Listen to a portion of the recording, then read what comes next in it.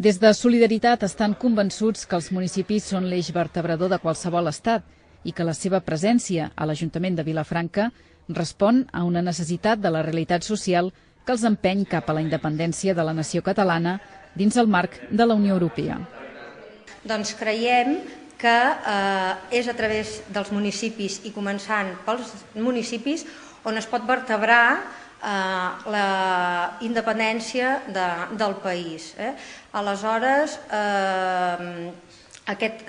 debat ens va portar a aquesta conclusió i una altra cosa que també figura en el programa marc és el tema de la regeneració democràtica, que és bàsic en els conceptes de solidaritat catalana,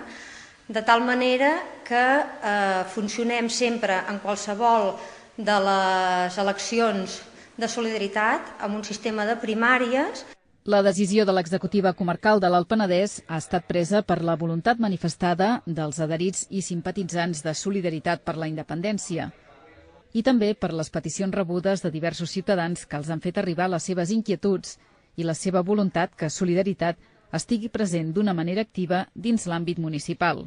Són conscients que, com en les anteriors eleccions al Parlament, hauran d'esforçar-se, però per aquest mateix motiu estan molt il·lusionats. Però, per altra banda, això també ens anima a que la feina es vegi amb resultats efectius. Tothom, com dius, moltíssima de la gent no estava posat en cap tema polític, però la veritat és que des del moment que vam començar a treballar s'han format uns equips de gent amb moltes ganes de tirar els projectes endavant, gent que no té cap antecedent que li marqui la manera d'actuar, les coses són molt clares, molt transparents, treballem tots amb molta il·lusió i nosaltres suposem que la il·lusió, tot i que el temps ens va una mica en contra, ens ajudarà perfectament i serà encara un benefici per tirar el projecte endavant. Abans de prendre aquesta decisió han valorat la possibilitat d'arribar a acords amb altres formacions polítiques independentistes, però no hi ha hagut cap possibilitat.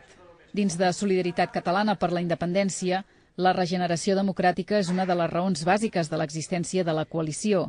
A trets generals, a les primàries s'hi elegirà en votacions separades el cap de llista per una banda i a la resta de la llista. Qualsevol adherit lliurement pot presentar candidatura per a qualsevol de les dues votacions. Així doncs, ha quedat obert un període de presentació de candidatures entre els adherits per formar part de la llista electora. Aquest període s'acaba el proper 19 de març i, posteriorment, el 22 de març, celebraran les eleccions primàries perquè els adherits de Vilafranca puguin escollir lliurement entre els candidats presentats.